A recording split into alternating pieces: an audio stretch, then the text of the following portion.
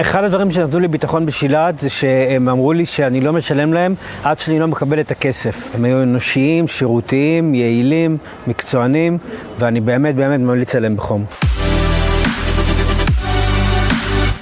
אז שמי בן גולדמן מתל אביב, יש לי עסק להובלות דירה, סוג של סטארט-אפ, סוג של אובר להובלות דירה. מכרתי נכס והייתי צריך הלוואת גישור מהרגע שהמכירה מתבצעת עד שהכסף נכנס. אז ניסיתי בבנק, בבנק הייתי מסורב הלוואות, ועל כן גם לא יכולתי לעזר באף גוף פיננסי, בגלל שאין לי קופות גמל וקרן פנסיה, אז לא יכולתי גם לקחת הלוואה כנגד הנכסים האלו. שילת משכנתאות עזרו לי להשיג את הסכום הזה במהירות ויעילות. תקתקו את כל האירוע הזה, כל הדבר הזה לקח אולי 3 ימים, וכבר היה לי את הכסף בחשבון. הכל היה מהיר ונוח וקל. חשבתי לעצמי שזה קצת הזוי, לא יכול להיות. כאילו מה, אני הלקוח היחיד? איך זה יכול להיות שיש להם כל כך הרבה זמן בשביל לטפל בי? אבל הם טיק טק נתנו לי תאריך לחתימות אצל גוף פיננסי, שהוא היה גוף הצד השלישי בעצם, שהם שילחו אותי אליו, והכסף היה אצלי בחשבון תוך 24 שעות. לא נדרשתי לשום בירוקרטיה, חוץ מאשר לשלוח מסמכים ולהגיע פיזית לחתימות. מעבר לזה היה לי חשוב לוודא שכל התהליך לא יהיה סקצ'י ושאני אוכל לפרוע את ההלוואה במהירות ברגע שאני אקבל כסף על מכירת הדירה,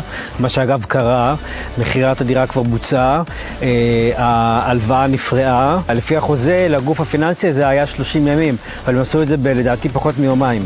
הם פרעו את ההלוואה, נתנו לי את האישור שהייתי צריך בשביל הקונים, בשביל העורך דין שלי, בשביל הקונים, וככה נגמר הסיפור. אחד הדברים שנתנו לי ביטחון בשילת זה שהם אמרו לי שאני לא משלם להם עד שאני לא מקבל את הכסף. עד שהכסף פיזית לא בחשבון שלך, אתה לא נדרש לשלם שקל. זה היה ניכר שהם מאוד מתאמצים בשביל לעזור לי להשיג את הכסף בדחיפות. הם היו אנושיים, שירותיים, יעילים, מקצוענים, ואני באמת ממליץ עליהם בחום.